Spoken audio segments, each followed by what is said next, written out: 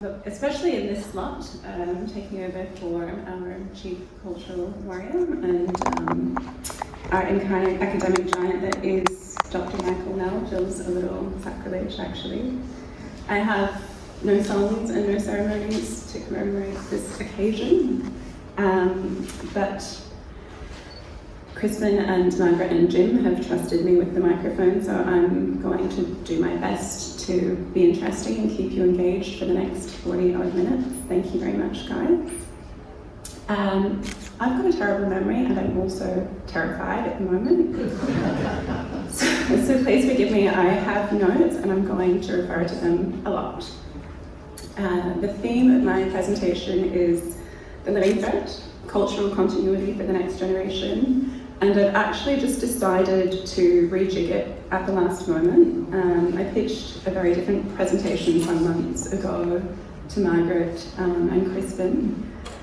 But I was going over the content again on the weekend and I decided to try and integrate it with another presentation that I did last year at UPNG's Creative Arts Students Association seminar.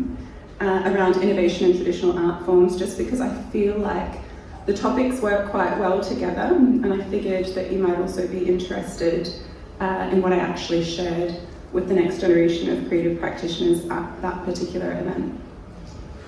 So the artwork on the left-hand side of this slide was created by Tapona Casa, a 17-year-old student and one of our top 10 youth finalists from last year's Akis Art Prize, which I will speak on a little later, but which I felt really beautifully captured the theme of my presentation. It shows an older hoodie-wig man in his full ceremony of lilas, with his hand on the shoulder of a young man on his way to school. And you can find out a little bit more about this piece and the artist. I've left some catalogues from the Art Prize at the desk as you walk in that have a comprehensive overview of the programme and all of the finalists' works, because I won't go too in depth about it today, but feel free to take one on your way out if you like. You can also find out more about it on the Art Society website or our Facebook or Instagram page. So, the clicker is here.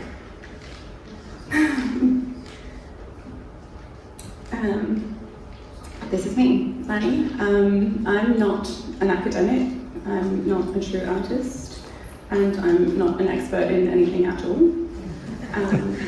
All my views are my own, and they have no merit other than that they exist. So you're just really getting my thoughts and output this morning. I am passionate about our mama ground, or papa ground, whichever you prefer, PNG. And its unique position as a land of 1,000 tribes, or otherwise the land of the unexpected, in our 50th year of independence, no less. I'm a proud mixed Australian of British Irish heritage and Papua New Guinea woman from Yorkshire village, otherwise known as York, or sometimes New York City, in Gulf Province. And I currently live in Port Moresby with my 2 daughters. So today I'm going to give what I believe are a few practical examples of continuing culture in 2025 through my own work as a daughter of a woman who was born in the village, or the next generation, being myself, and also others that I encounter in daily life in Papua New Guinea, just examples of, I'm sure there's so many people in here with much bigger brains and theories about what cultural continuity looks like for Papua New Guinea, but I'm going to give you my lived experience, because that's what I'm qualified to speak on. So I'll touch on some of the things I've done, and how I integrate my iPhone addiction into my practice, or rather specifically how we as creatives can and do use technology to streamline and optimize arts delivery. At UPNG, I started my presentation by saying that I was born in 1987, which drew audible gasps from the audience. And I said to them that when I was the same age as them, like the most advanced technology, cellular technology, was button phones with Snake and Tetris on them, and they just couldn't believe it. But what has stayed consistent since that time has been my enduring love of art, design, and all things creative. So I'm going to share a little bit about what I do and how I do it, and what I think about the intersections of traditional art, innovation, and technology, and per the title of this presentation today, how I view cultural continuation through my own lens. So about me, Stori is personal and commercial curation. I do strategic development and delivery, copy and content creation, and freelance design, as well as some publishing aspirations that I have, which I'll share with you a little bit later. I'm also the founder and the director of the Art Society of Papua New Guinea. We're not a traditional society in the same way that OAS is at the moment, but we're on our way, and we'll get there. I was also asked by Dame Monica Salter to resurrect the fundraising association attached to the PNG National Museum and Art Gallery, which is the Friends of the Museum, and I served as vice chair until late last year. But I curated an exhibition for them during that time that I have included in this presentation. I need to check my time. Jim, if you can help me with that when I'm halfway through, so I know what I have to leave out. This kind of visual cue is also really good. And I'm missing my daughter's Year 3 assembly to be here today, which is a big deal. Because she also has a speaking part. So, if it's okay, I might just start by asking if I can get a small video of me being here so that she doesn't think I'm making my excuses. Hey Ray, I'm presenting at the National Gallery of Australia, talking to all these people. But I would way rather be at your assembly today. Good luck, baby, I love you. Thanks. Thanks. So, moving right along. This is a little bit about me and some of the things that I've done throughout my creative practice. I had a moment as an organic fashion designer. I've done styling, branding, and experience design for spas and retail. I've curated and organised a couple of exhibitions in PNG. Oh, what is going on here? Sorry, that's me. I wrote and delivered the Akis Art Prize, including the static content creation and website design. And I've also included, down the bottom, a combination of prompts that I used with generative AI to conceptualize PNG superheroes for the UPNG seminar, just to highlight what I believe the opportunity rather than just the threat of AI is for creatives to assist in our practice. And I put my logo on it because I didn't want anyone to copy what I'd done. That's supposed to be a joke. It's very controversial, but we'll have maybe, hopefully, time to argue about it at the end of this presentation. If I know people have a lot of thoughts around it. So this is the Hiri exhibition, and I included it for the UPNG students because it was something the Friends of the Museum decided to host around the Hiri Mawale Festival, which celebrated its 50th anniversary last year. We wanted to showcase the work and importance of the National Museum and Art Gallery, which has kind of been languishing for a few years up in Moresby. As some of you may know, Hiri Mawale celebrates the time of year that traditionally marks the returning of the Lavatoi sailing vessels on the northwest trade winds, otherwise known as Lahara, into Port Moresby. These trade voyages took up to 6 months, embarking on the southwest, outgoing Larabada winds towards Gulf Province. Hey, that's where I'm from. On a trade journey, and involved up to 30,000 clay pots in exchange for up to 600 tons of sago in a year, some sources suggest. It was vast. It was vast, and it was deeply ingrained with tradition and ceremony for both men and women. Hiri observes the Motuan perspective. There's obviously the other side of the trade that has its own perspective, but the festival in Moresby is for the Motuan people. And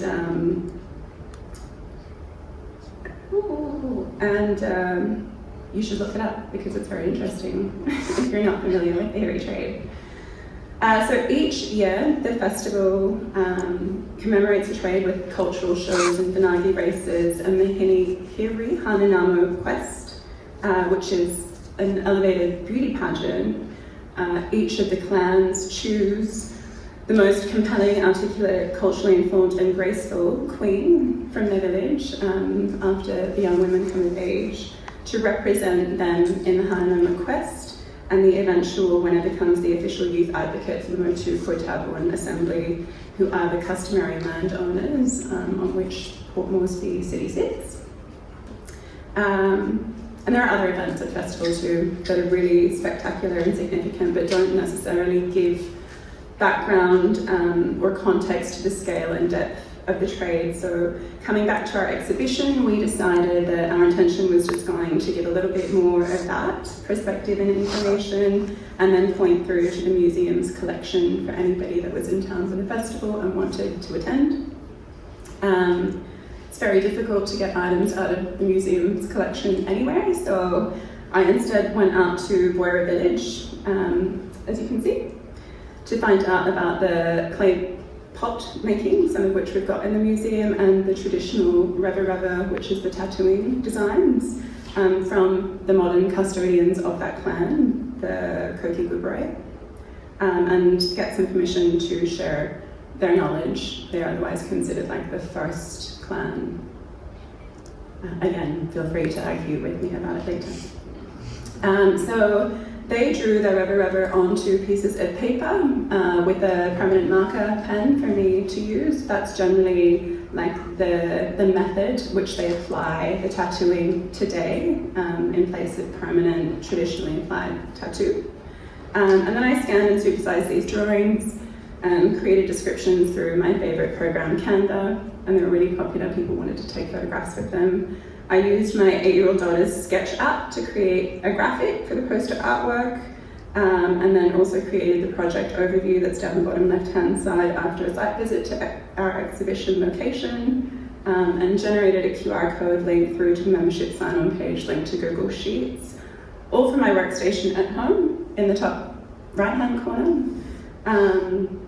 And I guess the purpose of sharing this slide with the UPNG students is I wanted to demonstrate how to conceptualize, document and pitch a creative project, but also what we view as quite specialized roles when bringing a project together, and all of the reporting cost centers can actually be done by yourself if you've got the right tech and the right tools and a little bit of sort of trial and error. And it makes the whole project very easy to deliver, cheap, and not as labor intensive. It's involving, not as time intensive. It's involving a whole lot of different people as well. Helps with funding pictures too. What was really cool and novel about this exhibition in Port Moresby is that we were given a space by steamships to use, but it had the lights out in one corner, and they were like, we'll give you the space, but we're not giving you any money, and we're not fixing the lights. So it was very generous, don't get me wrong. So we ran an AV installation in the corner without lights, and it was a dramatic reenactment of the creation story of the first lagatoi, Edai Siabo, and the first lagatoi. And then it was on a reel with a documentary they had also produced about the raising of a lagatoi in the lead up to Hiri Mawele, so the process of actually building one of those boats, and I guess like the cultural and ceremonial stages that are connected to the raising of a lagatoi. And finally some drone footage of the annual festival, which was really, really popular with our patrons that had just come in off the street. We also had an interactive wall map, and when I say interactive, I just mean there was like a map of the trade and people could put their village on there with a marker and write the name in if their village was along the route. So Yoke was obviously the first village to go on. My kids loved we had a sketch station where people could, take a piece of paper and some pencils and then recreate a still life of anything that was in the exhibition and then put it onto a wall as a progressive collective exhibit. And the kids really like that. And I think it's just something that's a little bit different from what we see in exhibitions in PNG. I think it's kind of quite old hat here in Australia, but we're still catching up at home, and it's obviously a great way to inform and disseminate information and spark curiosity for younger people or just arty people. Moving along, this is a little bit about the Art Society. We were founded in 2019. We're an incorporated association in PNG comprising of 12 committee members to advisory. We staged back in 2019 Contemporary PNG, which was at the bottom left-hand corner of a previous screen, that one. And it was the largest group show of street artists in PNG's history. I think it still is. So the street artists are distinguished from the fine artists insofar as they're self-taught, and they represent a large part of our artistic community. Their works had never been, that's not a fair statement, most of their works had never been exhibited before, and so they retail at the craft markets. We don't have any dedicated retail galleries in Papua New Guinea, so it was the first time a lot of them had actually seen their work on the wall in a gallery space before, and it was really powerful. Then we had a break over COVID, and last year hosted the Akis Art Prize, and then earlier this year hosted Crispin and Dan for the NGA Info Session of Belong PNG. So up on the screen at the moment is a little bit about us and screenshots of our website showing some of our intended events, Old Plantation, a photographic retrospective of his work. This guy does amazing cultural and commercial photography, but he also captures really beautifully like the lived experience of everyday Papua New Guineans in a way that's both beautiful and that reflects, like the moment that we're living in and how that culture has kind of evolved, what that looks like today. There's an old blog called the Masalai Press, which he did in conjunction with Emmanuel Narakobi, and it's some of those images accompanied by really beautiful prose that Emmanuel has used to express, I guess, the ideas around and like the influences around those photographs, the content of those photographs. Papula is an exhibition concept featuring pop culture expressions of art in PNG. This is a digital piece on fine paper by an artist called Talia McWalters, reimagining our iconic bully beef through a Warhol-esque lens. But that's kind of what we're intending to do, and a few more things that in the pipeworks at the moment, but are good ideas. I'll save them for when they're a little bit closer to being real. This is an overview of last year's Akis Art Prize content, some of it. The Akis Art Prize was named for one of our famed naive artists, Timothy Akis. He was translated, he used his unique sketches to communicate when he couldn't find the Tokpisian word to relay what he was saying. That particular anthropologist, whose name I didn't put down because I thought I would remember it, but it's escaping me at the moment, actually with Georgina Bayer had decided that his works were so original that they should showcase them at an exhibition in Port Moresby, and so Georgina Bayer is credited as sort of discovering Timothy Akis and being quite influential in that pioneering naive art movement of Papua New Guinea. So this competition, the Akis Art Prize, was kind of like an Archibald Prize with the social impact twist. It was delivered primarily over social media and open to all Papua New Guineans across 3 divisions with an additional People's Choice Prize. that was voted on via social media by members of the public. So participants created an artwork in the theme Looking Forward, Dreams and Aspirations for the Future of PNG. The thematics intended to stimulate dialogue, again, disseminate messaging, and platform young voices. Entrants had to submit through social media or via the form that I put on our website with their artwork, a photograph of themselves, details of the work, and a description of how it fit into the theme. And then these works were then shortlisted and judged by a panel of esteemed judges. You can see up on the screen there, they've introduced themselves already, so I won't.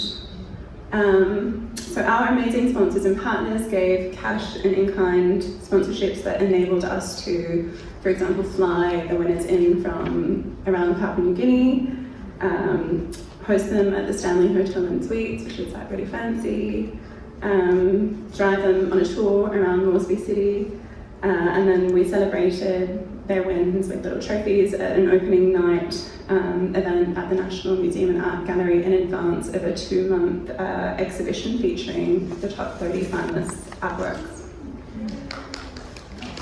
Thank you. Again, I have brought down some copies of the catalogue for that programme. They're just at the desk as you walk in. Please feel free to take one on your way out. There are actually a couple of the original artworks still available for sale, so if you're interested, come see me and I'll give you a card and you can inquire after them. Am I allowed to say that? Okay. Well, in that case, I also have some posters of their artworks. Okay, so where are we now? Coming back to the Art Prize delivery in its digital format, a lot easier to do, again, if you have the tools and time, but obviously digital delivery is prohibitive in the sense that the barriers to entry are not having a smartphone, not having a scanner, not having data connectivity, or thank you, even just materials like paper and pens and some pencils in some instances. However, what it does enable is us to have a synchronized delivery to a much wider audience, controlling the flow of information and streamlining the work. Having everything digitized, we've also received submissions from all around Papua New Guinea and didn't have to leave Moresby once. Once the finalists were chosen, we then asked our delivery partners, Post PNG and Air New Guinea, to coordinate, and they were very angry about it, the delivery of those original artworks to Port Moresby for the exhibition of the originals. But our videographer would be able to shoot our video content, edit it at home, send a high resolution file via WhatsApp through to me, which I would then upload onto our social media platforms. No office, no meeting, no travel for me required to complete that complex file sharing. Less paper, less things to manage and store, and not even a USB, which is kind of wild, right? So, moving right along, here are some images from the winners at opening night. You can see that both the junior and youth categories were won by girls, ladies, females, the fairer sex. Both of these young women were really impressive in the ideation and execution of their artworks, but also in their personal presence. Brooklyn Stegman in the top right-hand corner had hand-rendered, but digitally, right, like with a stylus on her device, this piece called Tabu Taku, and she was just the spunkiest 15-year-old who draped herself over the lectern, didn't need any notes at all. I was like, what? With such confidence and spoke with such conviction about the meaning of her work and how culturally informed it was. And Dulciana Samare, who was in attendance, said to me afterwards, I feel like I was just watching a future Prime Minister of Papua New Guinea. And that was a moment for me, because she's a pretty impressive woman herself. But I guess we know and hear all the time what's important according to the dudes sitting in Parliament House doing what they do. But we don't often take a pulse of the point from the youth or the point of women or the sentiment of the day according to the grassroots in first person, which this allowed us to do. It's an equal playing field, right? It's not exclusive. You don't have to be a fast runner. You just have to have an idea. This is also some other images from the opening night. That's the face of the museum lit up, which I think looks so beautiful. Our ASPNG patron, Winnie Kiap, who is a career diplomat, a former High Commissioner to the UK, and now the chair of the Commonwealth Foundation. A lover, a great lover of arts, and just a really amazing woman. The only woman in PNG history to ever be considered for the Governor-General's position. We had a performance by One Squad, which is in the top right-hand corner. They are the two-time and current world hip-hop champions. Yeah, and I feel a beautiful testament to what we can achieve with dedicated instruction and opportunity, but also how readily our dance culture translates. Interestingly, the sound went out in the middle of this performance and it only came back on right at the end, but they were still like popping and in sync, so that when the music came back on, they were still on beat, and that was really, really cool. And I thought such an important insight as well into the amount of discipline that's required to make creative expression exceptional, right? So in my UPNG presentation, I also highlighted Bangara, which I left out of this one because obviously we all know Bangara, for some of the performing arts students there, because I think contemporary expressions of PNG, traditional dance would just be so spectacular. And even a good opportunity to commercialise and innovate for the purpose of meaningful, sustainable cultural continuation. There's an image here I feel like I need to call out of our major sponsor, Lee Dula from ExxonMobil, making his address, and also Governor Powers Clarkop down in the bottom right-hand corner, and the Akis family who flew in from Leh for the presentation at the opening evening as well to give their address. This is the actual exhibition itself after opening night. So post-competition, post-opening night, this was the third phase, and it was the exhibition at the theatre at the National Museum and Art Gallery. You've got the advertising banner, I guess, open to the public, intended to run for 2 months. We had Akis Originals as part of the display as well, but also partnered with Iwalawa House in Bayreuth, Germany, which is Uli and Georgina Bayer's art museum, and houses their collection of Akis Originals that we grew up and put onto the ceiling. And we also produced a video of the prize, the overview that's available on our social media, that Iwalawa House then played in their reception. As a collaboration with us during the Art Prize period. And as I said, it was intended to run for 2 months. However, because of the AC system at the National Museum and Art Gallery in Papua New Guinea, which has been not operational for some time now, it actually closed to the public for a good part of that period. But we did make it available online through the same catalogue, just in a digital version, so people could still experience it if they wanted to. Bottom centre left is centre right is one of my personal favourite works from the exhibition by Alexandria Muller. She was not a winner, she was a finalist, and she shared about her piece. The theme brought to mind a quote that I'd come across before, a Greek proverb which reads, "A society grows great when old men plant trees in whose shade they shall never sit. Oftentimes I've heard it being said to young people that we are the future of Papua New Guinea, and while I agree with that, I think it's important to not forget that the adults are the present, and that what we do today is as important as what we do tomorrow. The principles I focused on with this artwork are reciprocal altruism and continuance. I think that these are important for positive development. The child signifies hope for the future, whether they will have that guidance and preparation that is represented by the trees. Shadow depends on us. Wow. Powerful, right? Oh yeah, and some academics at Iwalewa wrote an article that you can also see there. This slide is just a few of the screenshots of the Art Prize program report that I compiled and shared with our sponsors.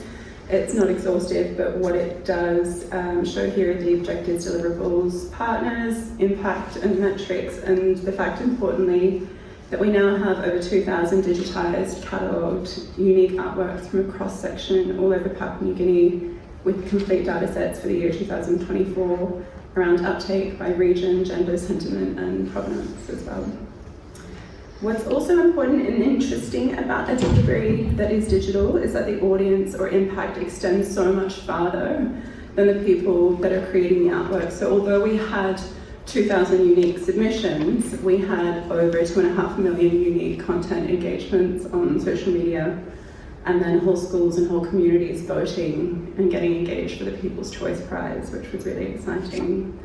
We see through a delivery like the Art Prize, our visual artists building that social capital and cohesion through the sharing of their art, being celebrated and elevated via the digital grapevine. This one down the bottom I really love here. It's Emmanuel Visser, an 11-year-old from CPIC, that shows, I mean, a steam train is not really the future, perhaps, but so Michael Samari on his canoe with a lantern in the dark looking towards a Papua New Guinea that has an extensive infrastructure and railroad system, which is beautiful from an 11-year-old. Okay, moving along, we've covered some of the things I've done in my own personal Exhibit A sort of experience of arts and cultural continuation. What I'm going to take you through next are what's on the horizon and a few other examples of what I view as cultural continuation in my day-to-day, innovating, commercializing, and platforming PNG arts in a way that's novel for us back at home. We're not completely done with me though. One is my own book project that I mentioned before, Stori. There's some wonderful film work and a digital illustrator and animator, and finally another non-profit who's doing some exciting things in the continuation space is the Marawai project. This is a storybook project. The intention behind it is to capture, translate and continue traditional story. So a lot of our lore is told, and so with the passing of the older generation, those stories are being lost, not dissimilar to what we experience here in Australia. There's incredible... Okay. We've got this. We've got 8 titles already from around PNG, but the intention is to have one from every province, one of the 22 provinces, and 30 by 30. I'm a little bit behind time given that I started working on this in 2021.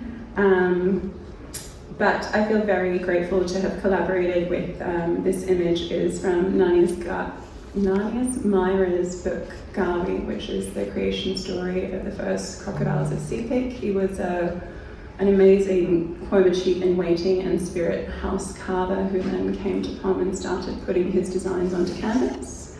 And then we had to workshop a couple of times the idea for a children's book to make it age appropriate with the draping, not really in Papua New Guinea, but also for an international audience with draping of Villamora tops across breasts and that sort of thing, and then changing some of the lines and figures so that it was more appealing for kids. And he called this style his happy style, which he continued to paint in up until his death a couple of years ago. Today I've also brought down some of the original artworks from this storybook collection, which are in folders up on the back desk next to the catalogues, and you can have a flick through those if you like. Please don't take them out of the sleeves, and be gentle, and hopefully in short order you'll be able to buy your own copies in soft or hardcover. This, again, is just some more of the overview for the project and the intention for it, and profiles and pictures of, not exhaustive profiles, but pictures of and names of the storytellers that are in the current collection of works. The image that's on the screen at the moment is from a story by Tom Deco called Pana Anapato, and it's like a Beauty and the Beast of PNG, where there's like an old couple that live rurally in the highlands of the Eastern Highlands, and they have a beautiful daughter, but she's all alone and she tends to their animals, and the Cuscus king in his animal form falls in love with her because she's so gentle and kind, and then he transforms into his human form and takes her as his wife, and they live happily ever after. It's a really beautiful story, and that's one of the images of him creeping on her. So this is Queens. They're Bilum in the same sense as social impact, but different in that their focus is local. So they've got a stall outside Waterfront, the supermarket. When I go in there, this is what I see day to day in terms of innovation and continuation. It's not new, but their designs are just so striking and vibrant, and they've got a new range of Makeo string bags that are stunning. No pictures here, but you can find them on their Instagram handle. And what's cool is that, you know, the biggest consumer of Bilum is actually PNG. So we've seen some amazing examples of international Bilum social enterprise platforming, but these guys are keeping their focus at home. And even with their e-commerce platform that retails to locals at local price points. Their community projects also include solar lighting in old homes to give weavers agency and autonomy to produce at their own leisure, which I think is kind of cool as well. You know, in my opinion, it's the innovation and commercialization of traditional arts that are going to be the way to keep them alive. But there are obviously many arguments around what is secret and sacred and collectively owned that have to be taken into consideration. This is Shock 23, Shan Anifai. He's an illustrator who's taken his practice digital. He also hosts his own podcast talking about all things arts and culture. Much of his subject matter is traditionally informed, like the Makeo face painting in this self-portrait that he's done. And he's had a range of high-profile corporate and institutional clients for his graphic design work that represents both traditional and contemporary PNG culture and lifestyle. And podcasts are kind of the new form, just FYI. So, lastly, the Marawai project. This is a film, an immersive VR film that takes the user up the Sepik on a dinghy and into a Sing Sing, and you can access it on their website without goggles. Okay, I got 5 minutes to go if I want questions. So, they also are staging at Moment One Bell, which is a collective effort of museums and institutions around the world showcasing their own PNG collections in celebration of the 50th. Some online and digital, others just advertising their event, but it's a great idea, and it should allow users to see and experience PNG art from anywhere in the world. This is a screenshot of my phone, and as you can see, I'm not very good at responding to messages, but it's a huge part of my creative practice and admin. There was also a screen recording that I played for some of the students at UPNG, and I took them through how I manage the oversight of the Akis Art Prize on my phone with the Wix website, app metrics from the social media applications, Facebook and Instagram, you know, transfer of documents and files over WhatsApp, just general conversations with my good friend ChatGPT. and how to document everything in a shared file that our committee will have access to on the Google Drive. So there's no documents necessary once they've been scanned and uploaded. Everybody's got access to those resources. This may be old hat for some of you, but it's pretty kind of like pioneering for me. It's not just for admin though, bonus for downtime and rest too, and these are the times that we're living in. It's been my experience even at home in PNG that people either don't know what's happening or don't have the time to get to it before it finishes, but the internet is forever and paywalls are the only barrier to accessibility, and we've seen migration from analog to digital accelerating faster and faster. So my question is, will our patronage and appreciation of the arts by necessity become digital, online, and via social media apps? And is that a crime or is it a reflection of the times? Can we keep culture in the digital age, and what does that look like? This was an image on the slide I used to open my presentation at the PNG seminar titled Innovation in Traditional Art, and let me tell you, it got people's attention. The prompt I used to generate this image was very simple: a futuristic robot who identifies as Papua New Guinean. And then I claimed it. So, I've changed the title of this slide, and it's the question that I wanted to ask at the end of this presentation as well. How do we ensure explicit authenticity? There is a definition that we can generally apply or agree to, but how then collectively in 2025 does that look? And then when we transmute that into the digital age, and then when we're competing with computers who are aggregating data and images to give us representations that may be more accurate than what we could draw or make with our own hands. And what about remix culture? And what about the diaspora expression or contemporary interpretation? How do we ensure that what we're being shared, that what is being shared or continued remains culturally authentic? This one final image is bringing it all the way back to the highlands of Papua New Guinea, and it's by Robert Webber from Old Plantation fame, showing Willie from Mount Wilhelm, who dresses up every day in his own unique villa style. It's undeniably authentic, undeniably PNG, and in the land of 1,000 cultures, as storied as it is continuously lived. The living thread is ours to carry. So where does it start and where does it stop? Thank you.